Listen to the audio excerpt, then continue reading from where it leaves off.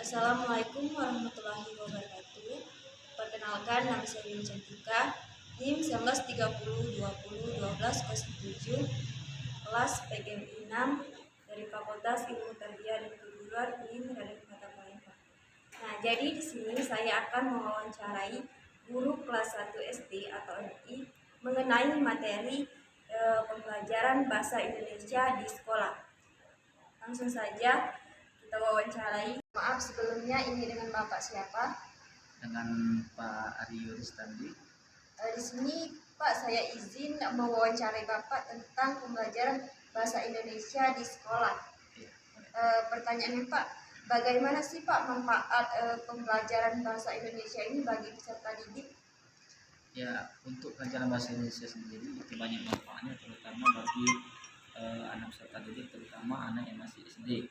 Karena bahasa Indonesia kalau sudah ditanamkan sejak dini, maka anak-anak kita, terutama peserta didik, akan terbiasa bahasa Indonesia. Karena kita ketahui bahwa bahasa Indonesia itu adalah bahasa yang satu adalah bahasa Indonesia, artinya bahasa penghubung, bahasa yang mudah dimengerti walaupun kita banyak suku, ras dan sebagainya, tapi untuk penggunaan bahasa tetap memakai bahasa Indonesia. Jadi ditanamkan sejak dini kecintaan ataupun pengenalan bahasa Indonesia supaya terbiasa menggunakan bahasa Indonesia. Mulai dari sekarang sampai ke depannya nanti mereka cinta dengan bahasa Indonesia dan mereka juga akan cinta dengan bangsa Indonesia ini. Pak, apakah Bapak menerapkan pendekatan komunikatif di sekolah ini? Jika iya, tolong jelaskan Pak bagaimana sistemnya. Ya, untuk pembelajaran bahasa Indonesia ini kita menerapkan pendekatan komunikatif, yakni yang lebih dituntut untuk aktif adalah siswa. Jadi guru itu sebagai fasilitator, sedangkan siswa itu yang aktif dalam menggunakan bahasa Indonesia. Kemudian siswa juga dituntut akan mampu bercerita, memahami masalah dan mengungkapkan pendapatnya secara lisan dengan bahasa Indonesia tadi. Artinya di sini pendekatan ini juga disebut dengan student center. Siswa lebih aktif menggunakan atau berbicara tentang bahasa Indonesia ini supaya dia lebih terbiasa menggunakan bahasa Indonesia.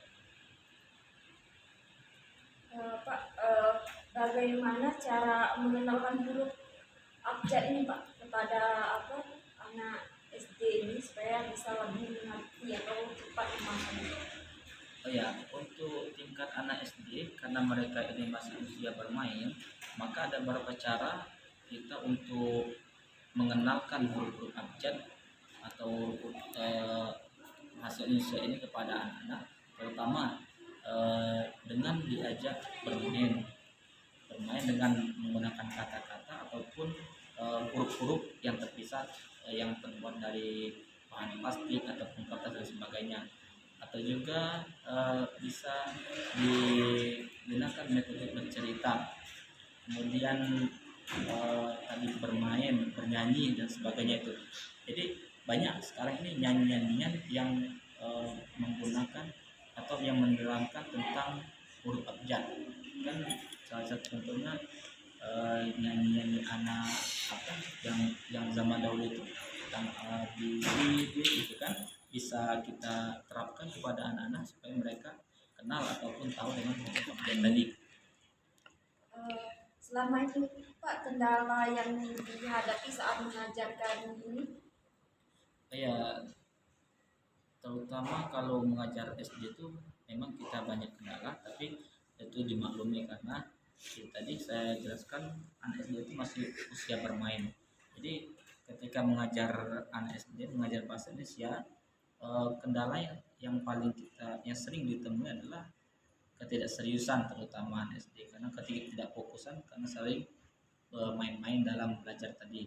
Tapi hambatan itu sudah biasa ditemukan atau kita hadapi sehingga kita bisa menemukan cara supaya anak itu lebih lebih senang lagi belajar bahasa Indonesia. Oke, saya ucapkan terima kasih kepada Pak Rio sudah memberikan luang waktunya untuk diwawancarai. Itu saja wawancara kami pada hari ini. Sebelumnya saya ucapkan terima kasih. Saya akhiri dengan wabillahi taufiq walhidayah. Wassalamualaikum warahmatullahi wabarakatuh.